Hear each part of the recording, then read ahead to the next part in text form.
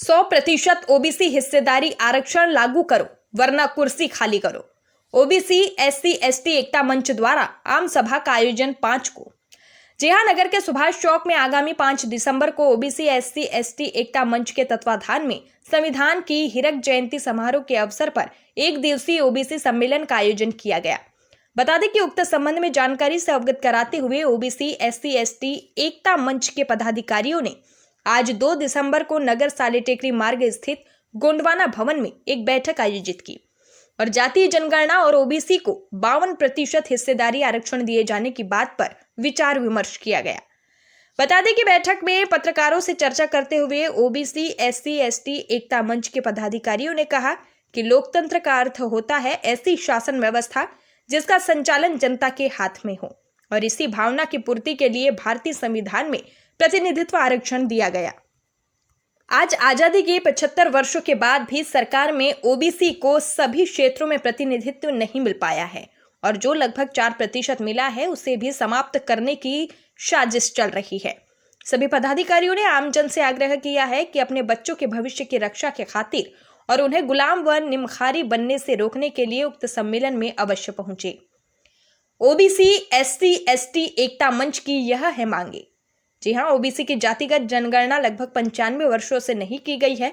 शीघ्र ही जातीय जनगणना करवाई जाए। ओबीसी में जो असंवैधानिक किमिलर लगाया गया है उसे हटाया जाए। ओबीसी के अधिकारी कर्मचारी को पदोन्नति में आरक्षण दिया जाए। ओबीसी को व्यवस्थापिका विधानसभा लोकसभा जनप्रतिनिधियों की सीटों में कार्यपालिका अधिकारी कर्मचारी, न्यायपालिका सुप्रीम कोर्ट, जिला कोर्ट, तहसील कोर्ट, मीडिया सेना एवं निजी क्षेत्रों में ओबीसी का 52% हिस्सेदारी आरक्षण दिया जाए। सरकार के प्रत्येक बजटों में 52% हिस्सेदारी ओबीसी के लिए आरक्षित की जाए। सिलेक्शन एवं काउंसलिंग में अनारक्षित सीटों की मेरिट लिस्ट बने, तत्पश्चात ओबीसी एससी एसटी की बनाए जाए। ओबीसी के छात्र छात्राओं की छात्रवृत्ति के लिए आय सीमा 75,000 से 5 लाख प्रतिवर्ष की जाए। महिला आरक्षण में ओबीसी की महिलाओं को 52% हिस्सेदारी आरक्षण सुनिश्चित की जाए। देश के किसान की दशा सुधारने हेतु पृथक कृषक मंत्रालय बनाया जाए। वहीं कृषि को उद्योग का दर्जा दिया जाए। कृषि फसलों का मूल्य वर्तमान मूल्यों से 3 गुना किया जाए। शिक्षा एवं स्वास्थ्य का निजीकरण समाप्त कर सभी नागरिकों के लिए एक समान व निःशुल्क किया जाए। लांजी से पवन कश्यप की खास रिपोर्ट। एसटी एकता मंच के आह्वान पर 5 दिसंबर को सुभाष चौक लांजी में एक सम्मेलन का आयोजन किया गया है।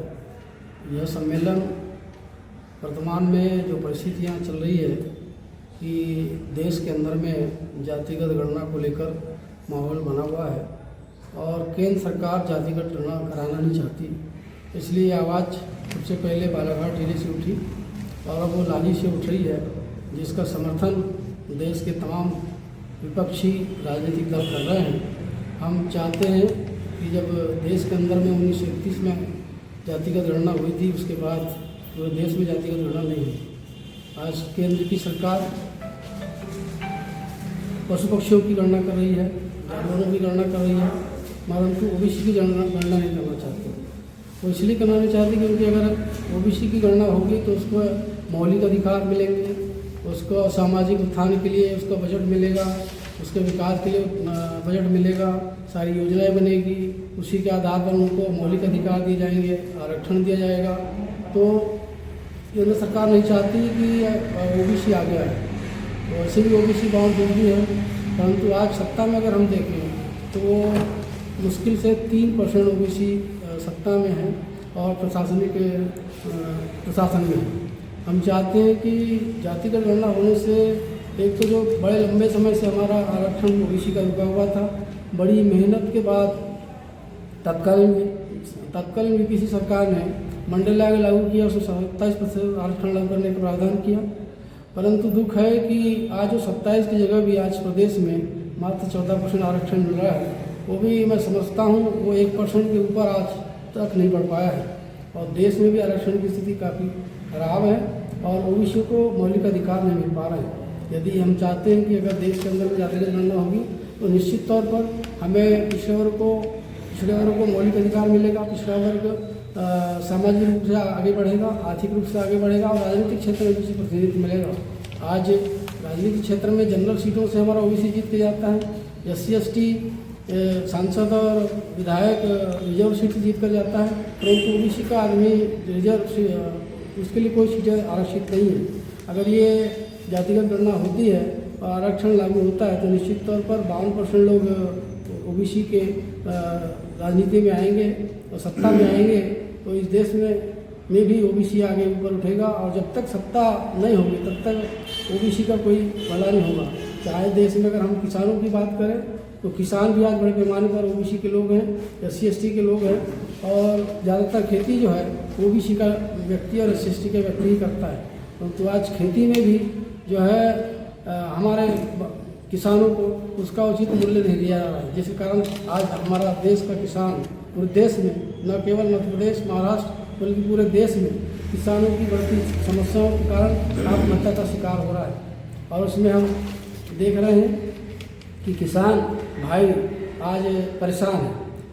आपको ज्ञात होगा कि पिछले दिनों केंद्र की सरकार ने ओबीसी के लिए किसानों के लिए MSP लागू करने के लिए एक समिति बनाई थी, और हाल ही में एक समिति ने केंद्र सरकार को दिया है कि वाकई में किसानों का जो फसल है उसका MSP होना चाहिए, परंतु केंद्र सरकार इसको लागू नहीं करना चाहती है।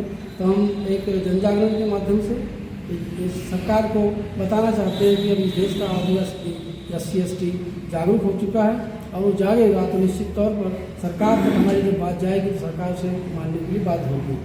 इसी बात इधर सामने सामुदायिक भवन में पिछड़ा वर्ग ST/SC एकता मंच के आह्वान पर तथा भारत के संविधान की हीरक जयंती के पावन बेला पर लांजी के बस स्टैंड में किसानों की विभिन्न समस्याओं को लेकर, आम जनताओं की विभिन्न समस्याओं को लेकर एक सभा का आयोजन किया गया है।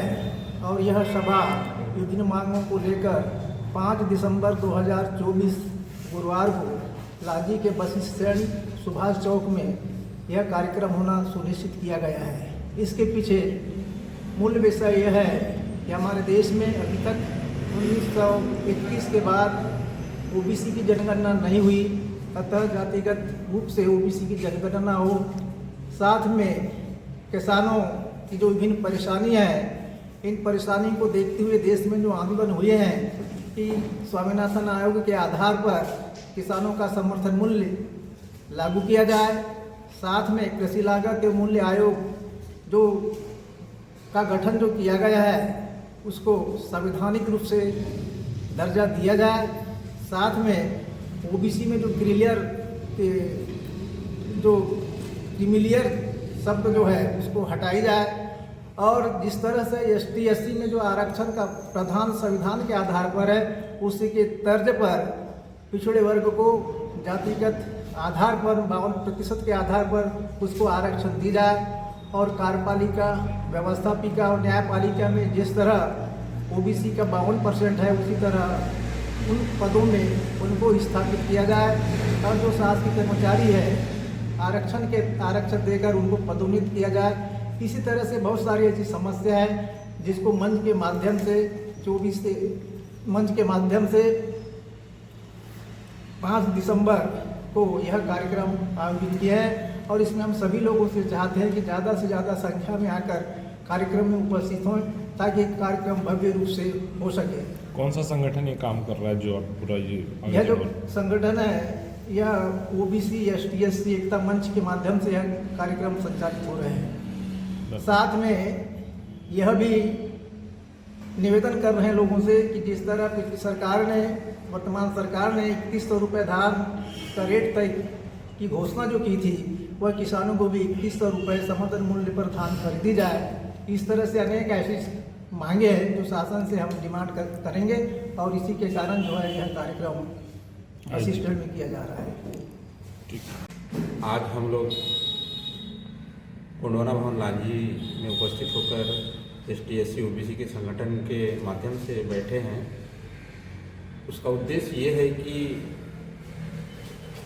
5 दिसंबर 2024 को हम एक कार्यक्रम करने जा रहे हैं लांजी सुभाष चौक में। उसका उद्देश्य ये है कि भारतीय संविधान में जो ST SC OBC के लिए प्रावधान है, संवैधानिक अधिकार है, वो पूर्ण रूप से नहीं मिल रहा है और उसके साथ साथ बहुत सारे समस्या आ रहे हैं, जिस कारण हम ये कार्यक्रम करने जा रहे हैं। खासकर मैं अपनी बात रखूं कि ज़्यादातर आदिवासी भाइयों के लिए विस्थापन वाला जो मसला है, ये मध्य प्रदेश, छत्तीसगढ़, झारखंड, बहुत सारे राज्यों में बहुत ज़्यादा देखने को मिल रहा है। तो इसकी समस्या का समाधान कहीं पर भी समझ में नहीं आ रहा है। आदिवासी भाइयों का काफ़ी तेज़ी से विस्थापन हो रहा है, ये बड़ा दुख का विषय है। तो इस पर सरकार, उनका भी एक जीविका है, उनका भी एक पारिवारिक समाज है, उस पर भी एक नज़र उन पे रख कर के काम करे तो ज़्यादा अच्छा है। तो बस मेरा यही निवेदन।